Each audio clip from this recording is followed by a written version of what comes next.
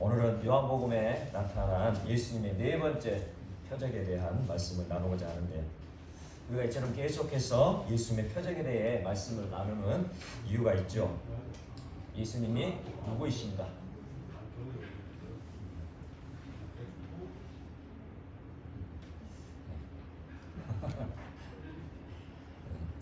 우리가 예수님에 대한 그 말씀을 계속 나누는 이유가 있는데, 예수님이 누구이신가? 그리고 예수님을 믿어야 하는 이유가 무엇인가?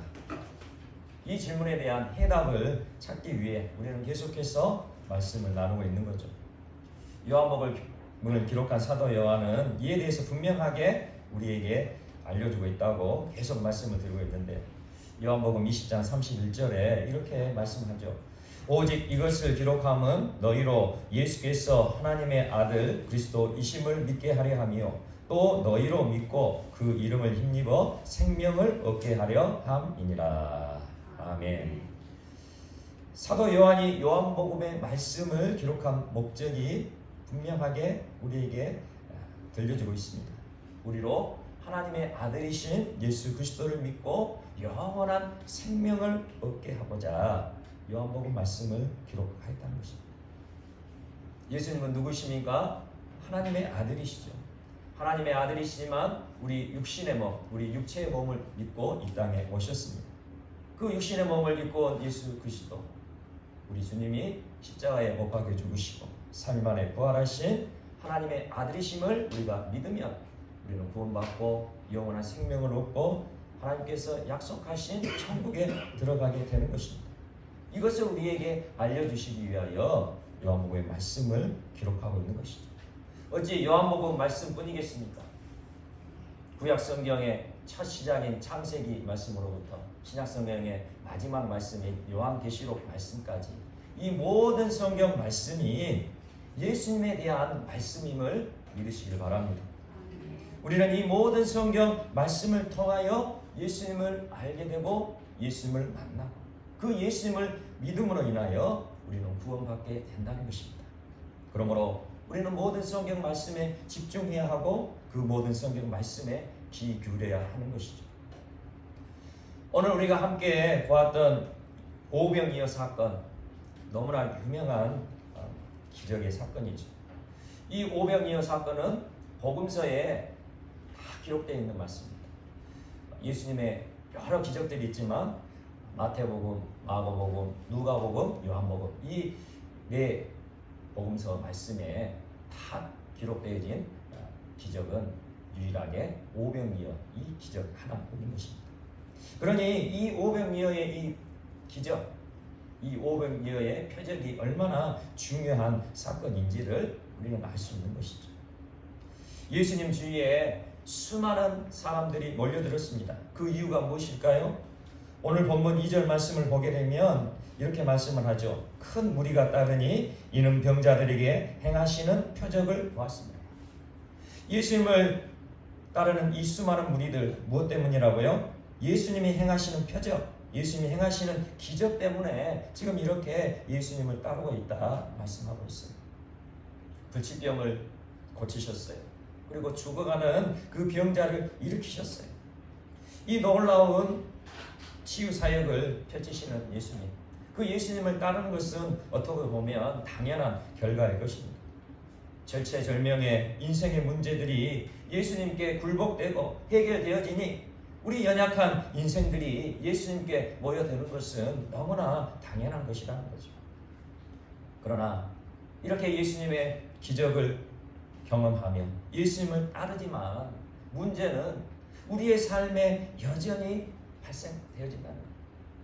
우리의 삶의 어려움과 고난과 시련이 우리의 삶 가운데 여전히 발생한다는 거예요. 오늘 말씀을 보면 굶주림을 해결할 먹을 것이 없는 거예요. 인생의 그 삶이 저물어가고 아무것도 없는 빈들을 만나게 될 때가 온다는 것이죠. 마가복음에서는 오늘 요한복음 말씀과 동일한 상황에 대해 이렇게 기록하고 있습니다. 마가복음 6장 34절에서 36절인데요. 한번 들어보시기 바랍니다. 예수께서 나오사 큰 무리를 보시고 그 목자 없는 양 같음으로 인하여 불쌍히 여기사 이에 여러 가지로 가르치시더라. 때가 저물어 가매 제자들이 예수께 나와 여짜오되 이곳은 빈들이요 날도 저물어 가니 무리를 보내어 두루 촌과 마을로 가서 무엇을 사 먹게 하옵소서. 예수님을 따라왔지만 날이 저물어 가고 먹을 것이 없는 빈들을 만났다는 거예요. 그래서 그 수많은 무리들, 오늘 본 말씀을 보게 되면 오병이어 사건을 통하여 그 양식을 먹게 된 그 사람이 남자만 5,000명이라 그렇게 말하죠. 그 수많은 그 사람들이 예수님을 따르고 있었지만 날은 저물어가고 빈들을 만나고 먹을 것이 없었다는 것입니다. 지금 남자만 5,000명이었다고 하니 그 남자들과 함께한 여자 그리고 또 아이들까지 합치면 최소한 10,000명에서 20,000명 정도 되었을 것이라 그렇게 추측을 하죠. 이 많은 사람들을 위하여 먹을 것을 구한다면 과연 어디에서 구할 수 있겠습니까? 요즘 시대에도 중국집에 주문을 하고 피자, 치킨을 주문한들 이 엄청난 이 먹을 것을 어떻게 해결할 수 있겠냐는 거죠. 그런데 예수님은 어린아이가 내놓은 작은 도시락 하나, 보리떡 5개, 물고기 2마리를 통하여 그 모든 사람이 다 배불리 먹게 하시고 게다가 남은 음식이 무려 몇 바구니가 남았다고요? 12바구니가 남는 놀라운 기적을 일으키셨다는 것입니다. 이 엄청난 기적을 경험한 그 수많은 사람들, 그 마음은 어떠했을까요? 완전 흥분도 이런 흥분이 없겠죠. 그 떡과 그 물고기를 먹으면서도 이게 입으로 들어가는지 코로 들어가는지 귀로 들어가는지 몰라 그럴 정도였을까요? 지금 이 수많은 무리들이 한 끼 식사 해결로 인해 지금 흥분하고 난리가 난 것이 아니라는 거죠. 지금 이 한 끼를 해결했으니 너무나도 좋다, 너무나도 놀랐다, 그것이 아니었어요. 지금 이 무리들의 마음에는 어떤 마음이 있냐면 이제 예수님만 계속 따라다니다 보면 먹고 사는 것이 문제가 없겠다는 거예요. 예수님 시대의 한 끼의 식사와 지금 현대 시대의 한 끼의 식사는 너무나도 큰 차이가 있음을 알아야 됩니다. 예수님 시대의 식사 한 끼는 자신의 생명과 직결되어 있는 한 끼 식사였다는 거예요. 예수님 시대의 수도가 어디였습니까? 예루살렘이었죠. 그래도 한 나라의 수도라면 그 나라에서 가장 잘 사는 곳 아니겠습니까? 그런데 그 수도 예루살렘의 90% 이상의 그 백성들이 살아가는 형편을 보게 되면 너무나도 비참한 형편이었어요. 그 수도 예루살렘에 살고 있는 90% 이상의 사람들이 하루 벌어서 하루 연명해야 할 그렇게 비참한 삶을 살고 있었던 그 시대의 상황이었다는 것이죠. 그러니 이 오병이어의 이 기적은 그 사람들로 생각해 보면 어떻게 표현할 수도 없고 어떻게 말할 수도 없는 그 흥분 그 자체였다는 거예요. 그래서 이 무리들이 하려고 했던 것이 무엇입니까? 예수님을 임금으로 삼으려 했다는 거예요. 예수님을 왕으로 삼으면 어떻습니까? 이제 그들의 삶은 완전히 풀리게 된다는 거예요. 먹고 사는 것, 생계의 그 문제, 자신의 생명의 위협, 그 모든 것들이 다 해결되어진다는 것이죠. 그래서 오늘 본문 15절에는 이렇게 말씀하죠. 우리 15절 말씀 함께 같이 한번 보겠습니다. 15절 말씀 우리 함께 같이 읽도록 하겠습니다. 시작. 그러므로 예수께서 그들이 와서 자기를 억지로 붙들어 임금으로 삼으려는 줄 아시고 다시 혼자 산으로 떠나 가시니라. 아멘. 예수님을 임금 삼으면, 예수님을 그 이스라엘 나라의 왕으로 삼으면 그 절박한 먹고 사는 문제가 해결되는 것이니 그렇게 억지로라도 예수님을 임금 삼으려 했다는 겁니다. 그런데 예수님의 모습은 어떻습니까? 예수님의 태도, 예수님은 그 자리를 황급히 떠나버렸습니다. 예수님께서 오병이어의 표적을 일으키신 목적이 단순히 우리 육신에 먹고 마시고 살아가는 그것을 위해서 일으키신 표적이 아니었기 때문입니다. 그리고 이후에 예수님을 찾아온 수많은 무리들에게 이 오병이어 표적에 대한 그 목적을 분명히 가르쳐주고 계시는데, 이제 이후에 요한복음 6장 26절에서 27절에 이렇게 예수님께서 그 무리들에게 말씀하셨어요.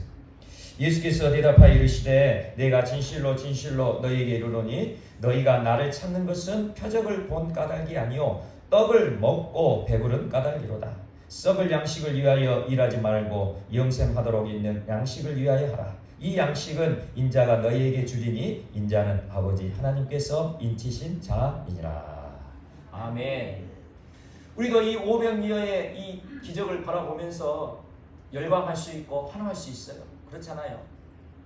예수님께서 일으키신 이 놀라운 기적, 이 놀라운 이적이 나의 삶 가운데도 이루어지면 나의 삶이 풀리고 나의 인생의 제 절명의 그 문제들이 다 해결받을 수 있겠다.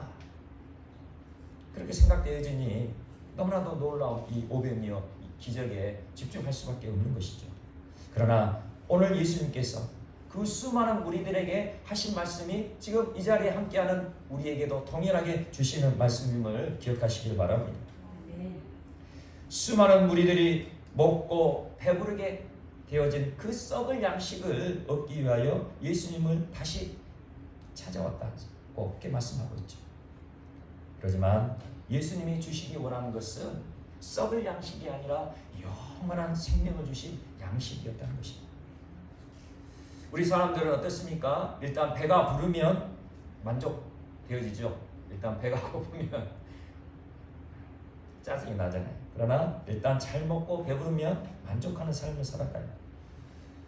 육신의 몸을 가진 우리 인간들, 물질적인 만족을 추구하는 것 당연한 결과이죠. 우리가 육신의 몸을 입고 살아가기 때문에 이 물질적인 만족을 우리가 무시할 수는 없어요. 육신의 몸은 끊임없이 우리 마음 안에 생각이 일으켜 나오는데 육신의 생각을 불러일으키게 된다는 거죠. 육신의 몸을 입고 있으니 우리 마음에도 육신의 생각들이 불러일으킨다는 거죠. 육신의 생각은 무엇입니까? 사도 바울은 이 육신의 생각에 대해서 분명하게 말씀을 하고 있는데 갈라디아서 5장 19절에서 21절에 그 육신의 생각들을 말씀하고 있죠.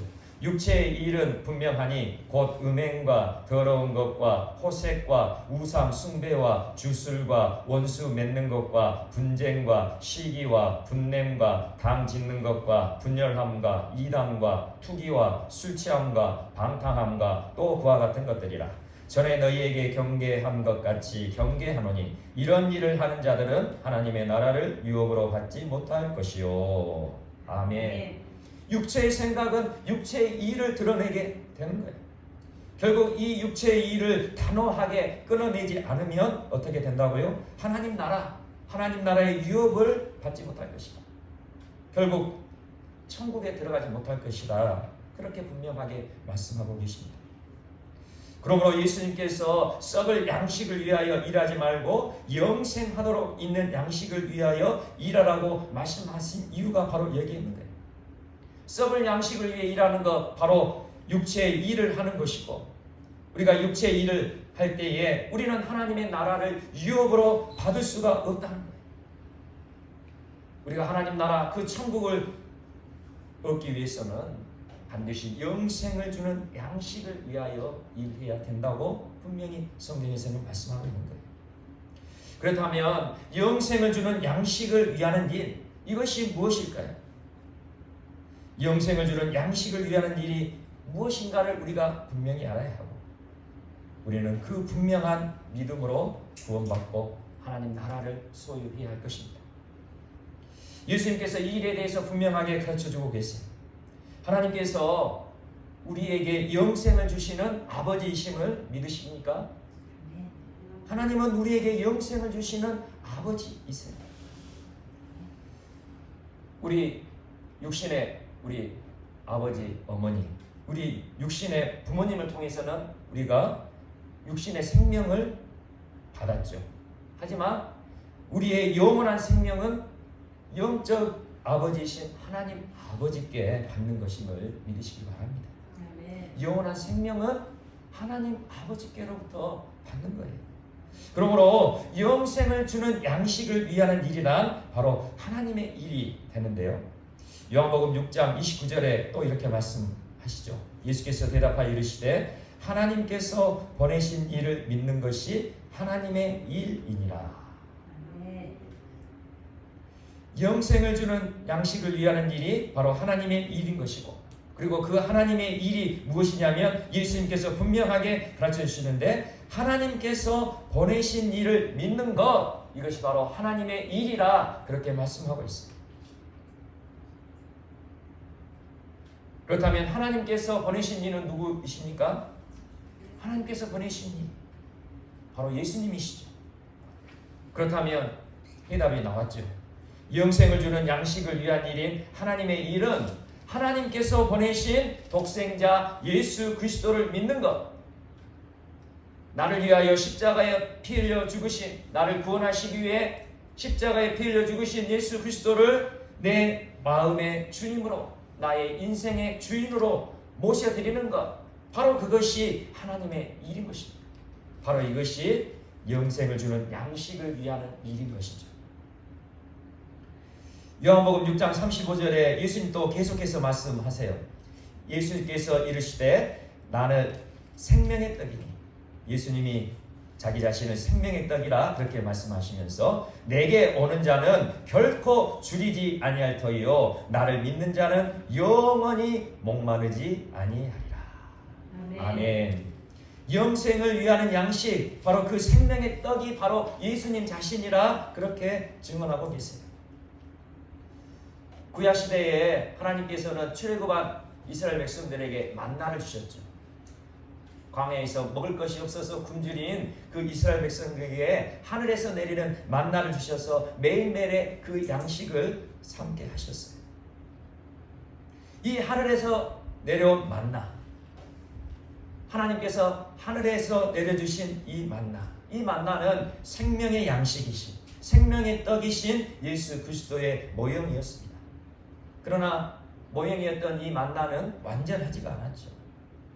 만나로 인해 굶주려 죽지는 않았어요. 40년간 광야 생활을 그들이 했지만 하나님께서 만나를 내려주심으로 그들이 굶주리지 않고 40년 동안의 그 생활을 이루어갈 수 있었어요. 그러나 이 만나는 완전한 만나가, 완전한 양식이 아니었기 때문에 이스라엘 민족은 매 끼니 때마다 어땠습니까? 배고픔을 느꼈죠. 매 끼니 때마다 배고픔을 느꼈고 그 배고픔을 해결하기 위해서는 만나를 먹어야만 했다는 거예요. 그리고 항상 자신의 삶에 대한 목마름, 세상에 대한 그 목마름으로 원망과 불평을 이어갔습니다. 결국 만나를 먹었던 이스라엘 백성들은 육신의 죽음뿐만 아니라 그들의 죄로 인해 완전한 죽음을 맞이할 수밖에 없었어요. 하나님께서 내려주신 그 만나를 먹고 그들이 그 생명을 유지했지만 그들이 그 광야 생활 가운데 세상에 대한 목마름으로, 자신의 인생에 대한 그 목마름으로 원망 불평을 해나갈 때에 그들은 영적인 죽음을 맞이할 수밖에 없었다는 것이죠. 하지만 영생의 떡이신, 영생의 양식이신 예수님을 먹고 살아가는 사람들, 그 예수님을 먹고 마시는 사람들, 그 사람들은 더 이상 세상에 목말라지 않습니다. 오히려 생명으로 역사하는 능력을 힘입게 되고 그리고 마지막 날에 마침내 하나님 품에 안기게 될 것입니다. 우리 육신의 몸은 죽어서 흙으로 돌아가겠죠. 우리 인간은 누구나 한 번은 이 세상을 떠나게 되어 있어요. 우리가 이 세상을 떠나갈 때에 우리의 육신, 우리의 몸은 흙으로 돌아가겠지만 마지막 부활의 때에 우리의 몸은 신령한 몸으로 다시 부활하게 되고 우리의 영은 영원한 생명을 누리게 되게 될 것입니다. 그렇다면 우리는 생명의 떡이신 예수님께 어떠한 믿음으로 나아가야 할까요? 오병이어의 이 표적을 통하여 자기 자신이 생명의 떡이다, 영생의 양식이다. 그렇게 말씀하신 그 예수님께 우리는 어떠한 믿음으로 날마다 나아갈까요? 우리는 날마다 이 영생의 양식이신 예수님을 먹고 마셔야 될 것입니다. 날마다 예수 그리스도를 먹고 마신다는 것, 무엇을 의미하는 것이죠? 날마다 예수 그리스도 안에 거하는 것이고, 날마다 예수 그리스도와 함께 동행하는 삶이 바로 예수 그리스도를 먹고 마시는 삶이 되어진다는 것입니다. 계속해서 요한복음 6장 57절에 이렇게 말씀합니다. 살아계신 아버지께서 나를 보내시매 내가 아버지로 말미암아 사는 것 같이 나를 먹는 그 사람도 나로 말미암아 살리라. 아멘. 예수 그리스도를 날마다 먹고 마시는 사람, 그 사람은 예수 그리스도로 말미암아 살아나게 될 것입니다. 나를 먹는 그 사람도 나로 말미암아 살리라. 예수님을 먹는 그 사람은 예수님으로 말미암아 살아나게 될 것입니다.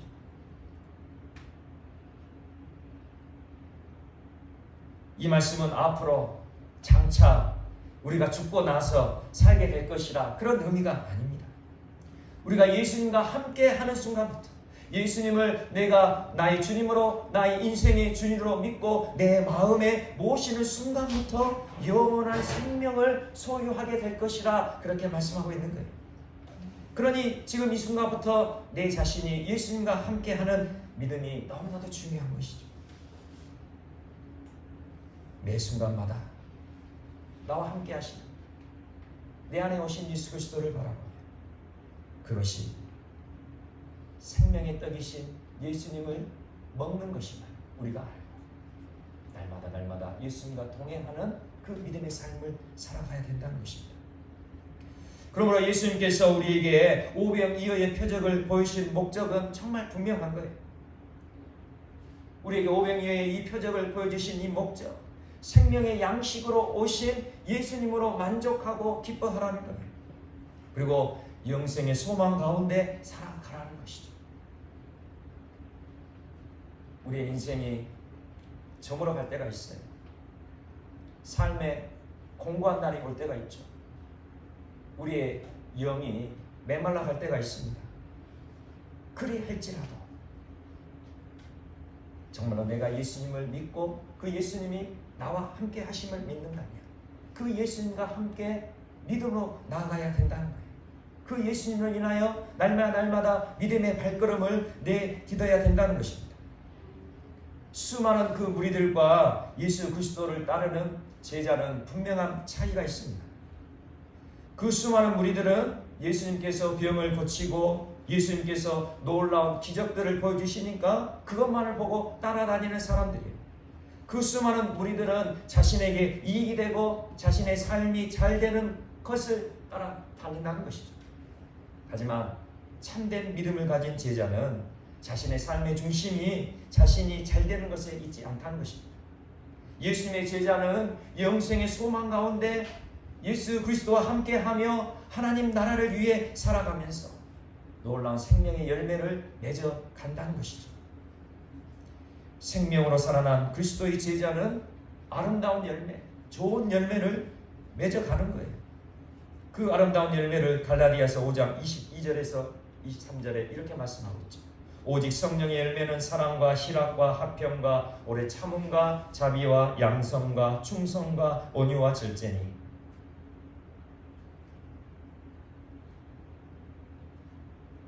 영생의 양식 되시는 예수님을 바라보고 생명의 떡이신 예수 그리스도와 동행하는 그리스도의 제자들에게 이 놀라운 성령의 열매가 맺어지게 된다는 것입니다. 썩을 양식을 먹는 사람과 영생을 위한 양식을 먹는 사람의 차이가 이처럼 현저하게 차이가 나게 된다는 것이죠. 아메리카 인디언에게 전해 내려오는 옛 이야기입니다. 한 용감한 젊은이가 나이가 많고 지혜로운 추장에게 가서 이렇게 물었습니다.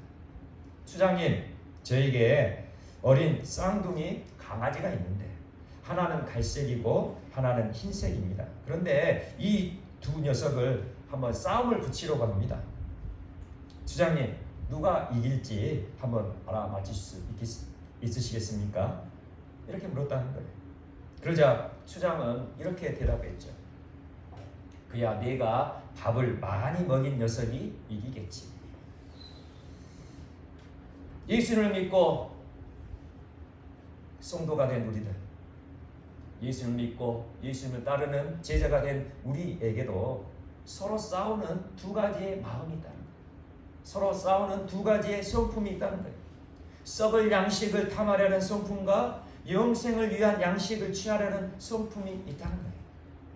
우리의 매일의 삶의 경험에서 우리가 잘 먹이는 쪽이 이긴다는 것은 너무나도 당연한 결과일 것입니다.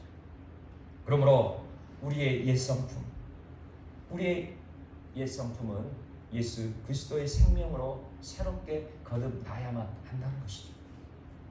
예수 그리스도 안에서 우리가 새로운 피조물이 되었다는 것은 옛 성품을 십자가에 못 박고 새 성품으로 변화받았다는 것을 의미합니다. 하지만 우리가 예수님을 믿고서도 여전히 옛 성품을 만지작거리고 있다면 우리는 새로운 피조물로 거듭난 것이 아니라는 거죠.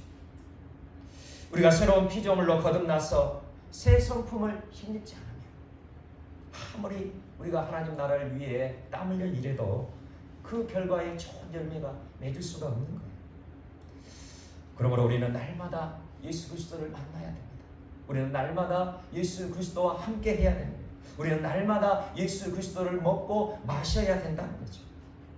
이것이 무엇입니까? 예수 그리스도를 만나고 예수 그리스도를 먹고 마신다는 것은 거듭난 내 새 성품, 거듭난 나의 새로운 성품을 잘 먹이고 살찌워 가는 과정이 되는 것이죠. 잘 먹이고 살찌운 쪽이 더 강해지고 그 강한 것이 다른 것을 지배한다는 것은 너무나도 당연한 결과인 것입니다. 그러므로 매일 우리 자신을 지키기 위해서 우리는 어떻게 할까요? 옛 성품을 위한 썩을 양식을 이제는 끊어버리고 이제 예수 그리스도로부터 주어지는 영생의 양식을 날마다 먹어야 할 것입니다.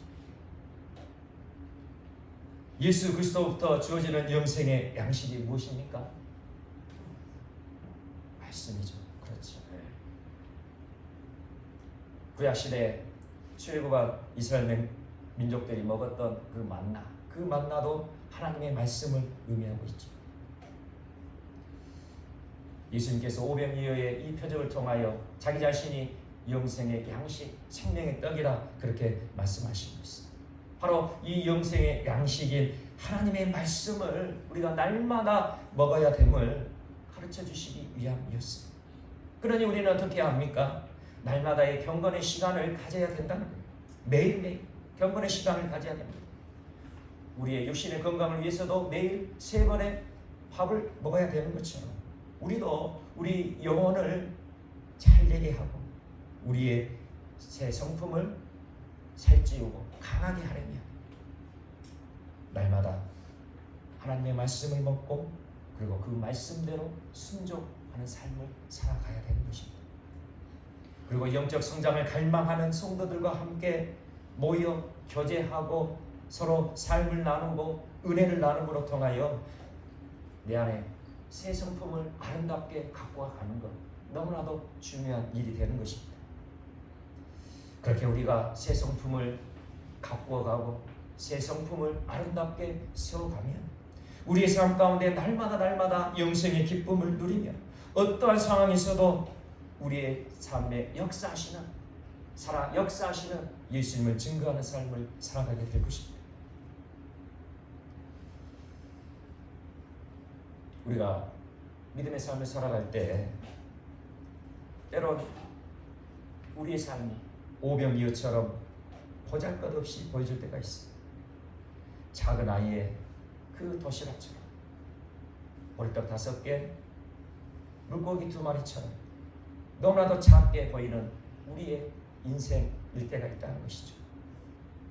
우리가 예수님을 믿었지만 여전히 썩을 양식을 얻고자 예수님을 이용할 때도 있습니다.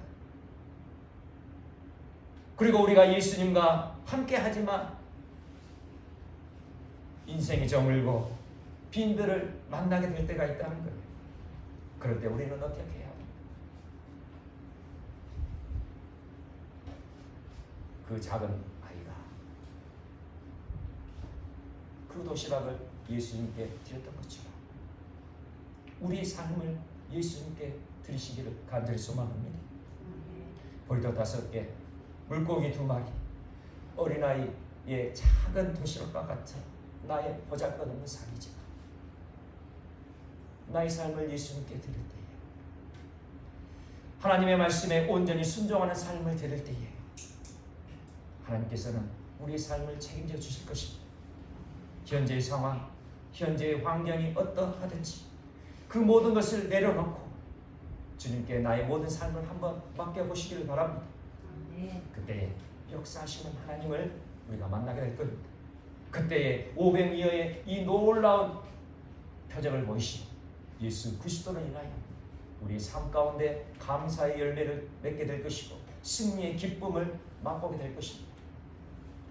이 자리에 함께하는 우리 모든 사랑교회 지체들, 그리고 이 자리에 함께하지 못한 모든 지체들 가운데서도 날마다의 삶 가운데 생명의 떡으로 오신 예수님으로 기뻐하고 감사하는 그 믿음의 삶을 통해 영생의 양식을 날마다 먹고 마심으로 힘으로 우리의 속사람이, 우리의 새 성품이 날마다 강건해져 하나님 나라에 아름답게 쓰임받고 우리의 삶 가운데 풍성한 열매, 아름다운 열매, 좋은 열매들을 주렁주렁 맺어가시기를 간절히 축원합니다. 아멘. 우리 찬양하고 함께 기도하겠습니다.